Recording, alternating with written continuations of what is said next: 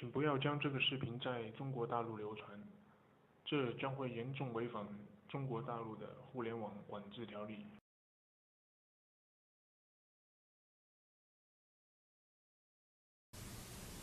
Time flies very fast. Yeah.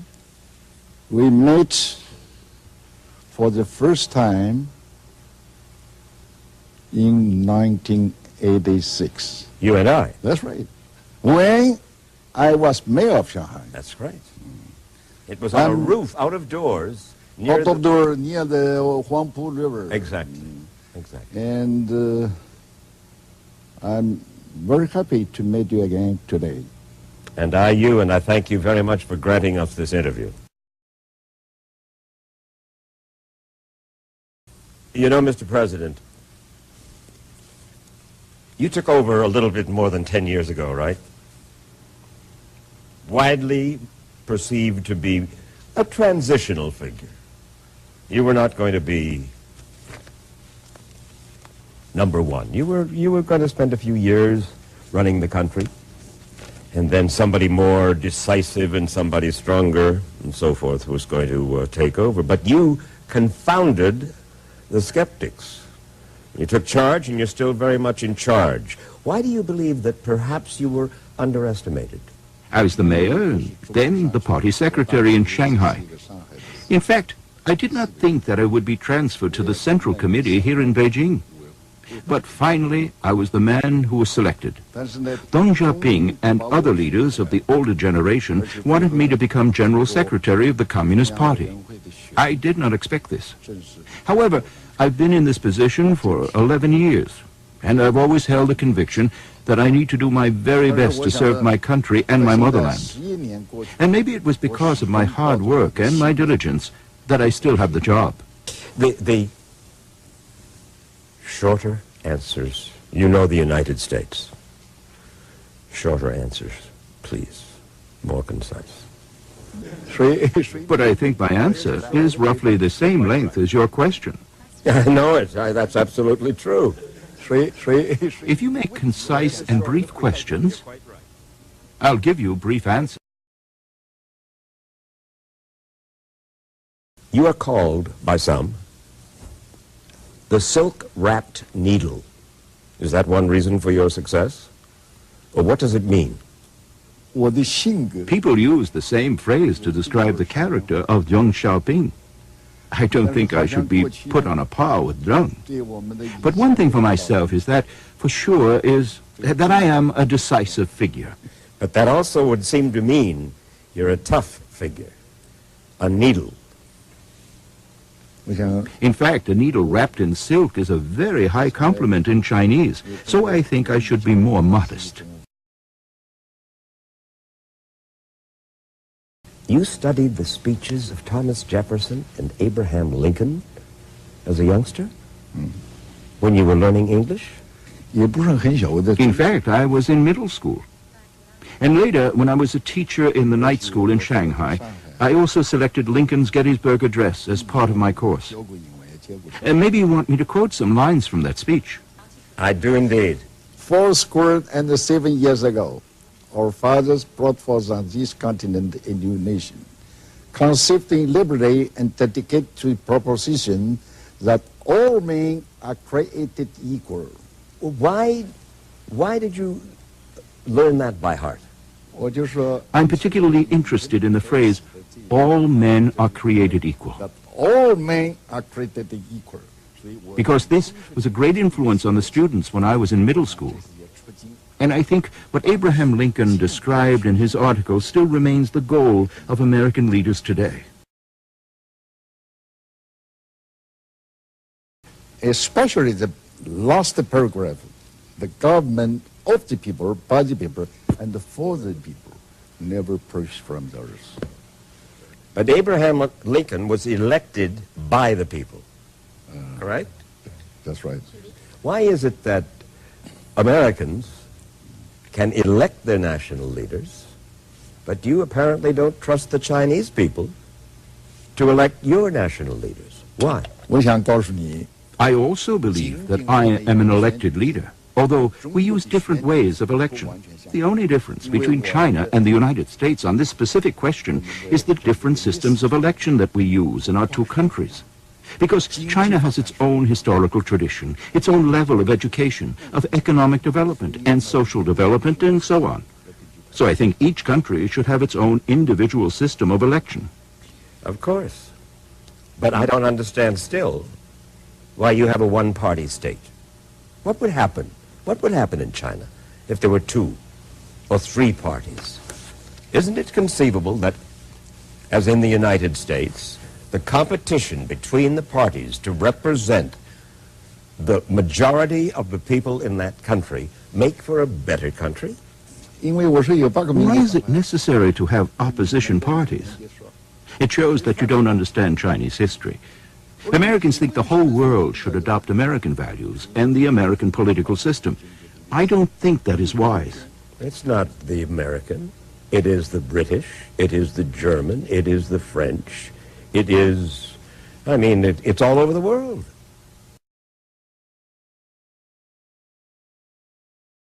You are the last major dictatorship, the last major communist dictatorship in the world. You mean I'm dictatorship? Well, of course. A developmental dictatorship is what we believe it is. Am I wrong? Of course. This is big mistake. Big mistake. Of course. This shows you don't know China that well. Oh, I don't know China that well. I've been here half a dozen times. 我想要问你问题 What means dictatorship? Dictatorship? When you do not have freedom of the press. And there is not freedom of the press here. There is not. That's a perfect example. You mean China? There's not Here, Here, in China, yes. China. We see a connection between freedom of the people and freedom of the press. You have said the press should be the mouthpiece of the party. You've also said, as Mao Zedong did, newspapers must be run by politicians. What do you fear from a free press? I think for any individual country or any individual party, they always have their own publications to promote their own ideology. As I explained to you, the Chinese system is a multi-party system led by the Communist Party. And we do have freedom of the press. We have over 2,000 TV stations in the country. We have more than 2,000 local newspapers and more than 8,000 magazines. We publish more than 100,000 new books each year.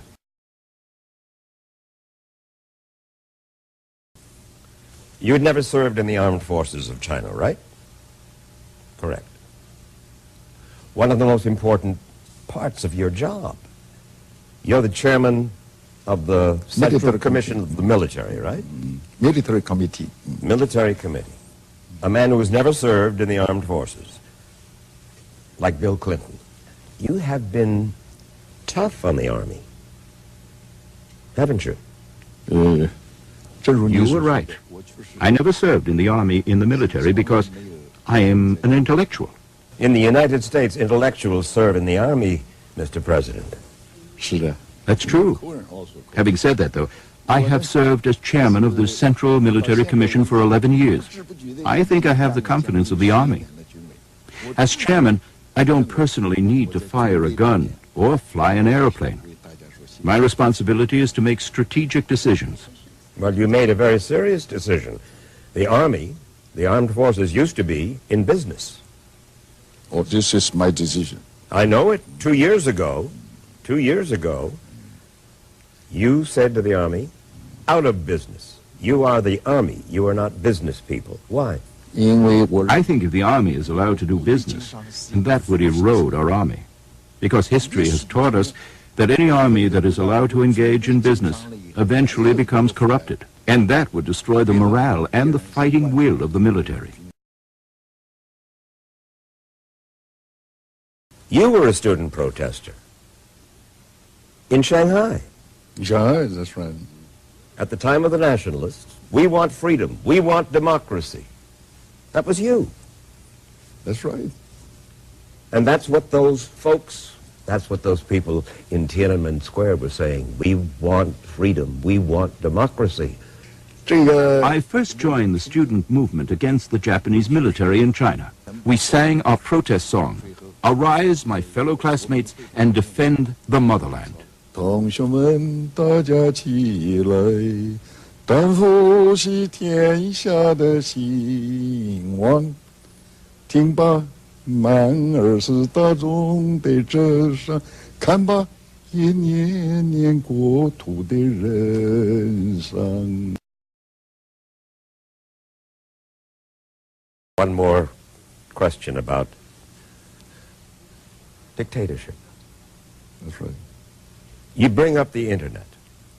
You have blocked internet sites here in China, the BBC, the Washington Post. Why? Why block an internet site? You don't trust the people somehow to be able to pick stuff up off the internet and learn? Well, about this internet, I think we discussed this issue before when we were talking about freedom of the press. We hope that we can learn a lot of useful things and useful information from the internet.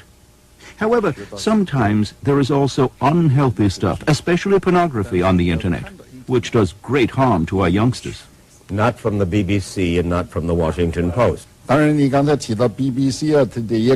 for examples you have given, such as BBC and the others, they might be banned because of some of their political news reports. We need to be selective. We hope to restrict as much as possible information not conducive to China's development. You persecute Christians.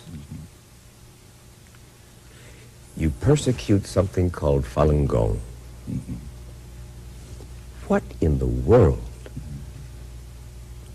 For what reason this spiritual undertaking, according to my understanding, and I have met the man in New York, what was his name, Li Hongzhi? Li Hongzhi. I met him. You met him? Yes, I sat down with him in like this. And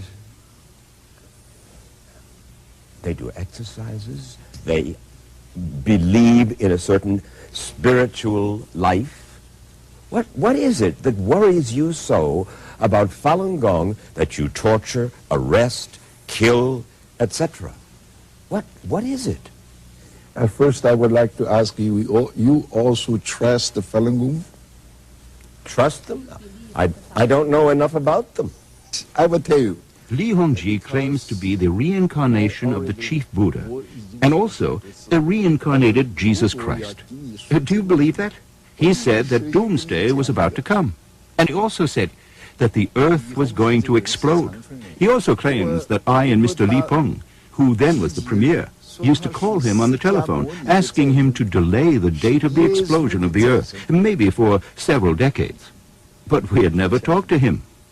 Well, by making all these claims, he wants to achieve nothing but people's trust, people's belief in him. He wants to create the impression that he knows the Chinese leaders very well. In fact, what he says are just misleading words. In fact, as a result of his preachings, many families were broken and many lives were lost. So, after careful deliberations, we draw the conclusion that Falun Gong is a cult. Is this the Chinese equivalent of Camp David, Bedaiha? It is our tradition to move our offices here every summer. But in fact, we're not having a vacation here because we conduct our normal business as we do in Beijing, except here we may go for a swim. My doctor often suggests that I should swim. I swam this morning for the 21st time this summer. It's the tradition for Chinese leaders to swim. Mao Zedong swam, Deng Xiaoping swam, Jiang Zemin. Who's going to be your successor, and is he a swimmer? That may be a coincidence that we all swam, but it is true that swimming makes you feel relaxed and refreshed.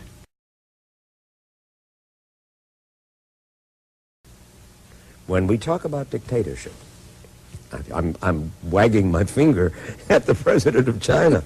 I hope you will not send me off to... You are? You are. It seems to me. A dictator, an authoritarian. No, but I, very frank speaking, I don't agree with your point. I'm dictator. I know you don't. I know that you don't. But there's an old American phrase about if it walks like a duck and quacks like a duck and so forth, it's a duck. A dictator is somebody who forcibly, whether it's free press or free religion or free private enterprise, now you're beginning to come a little closer to that. Father knows best, and if you get in the way of Father, Father will take care of you. That's what a dictator is, in effect, politically. I think your way of describing what things are like here in China is as absurd as what the Arabian Nights may sound like. The reality in China is that we have leadership by the Communist Party. According to law, the party only makes recommendations. Everything needs to be approved by the National People's Congress.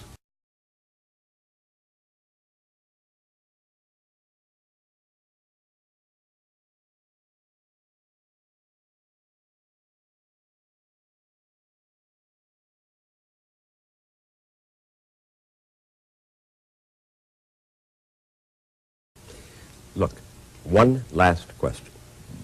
Dictatorship. You know what?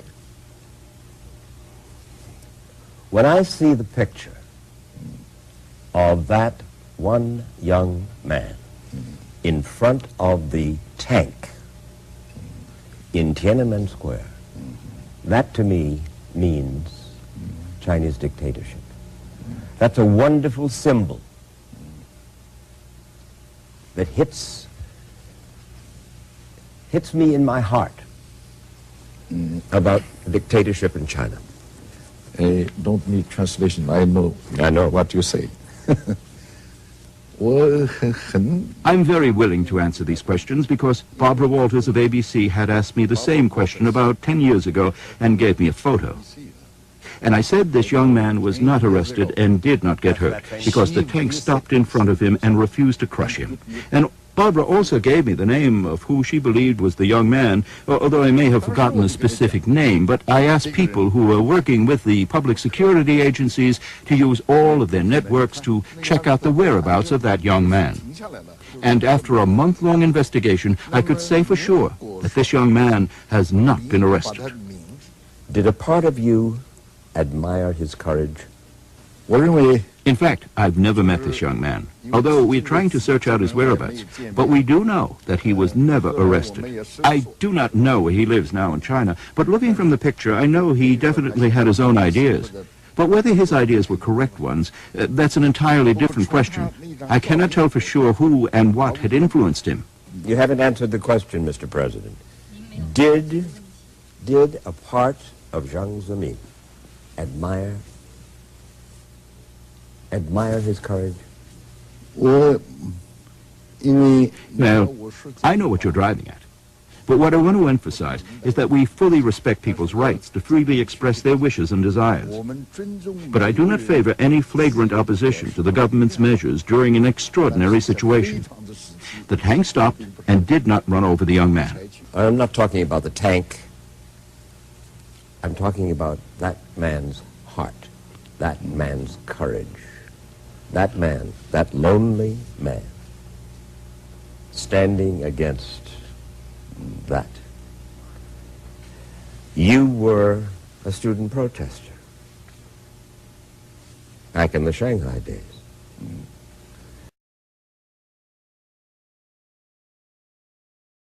In 2002, Mr. President, you are through with this term in office, yes? That's right.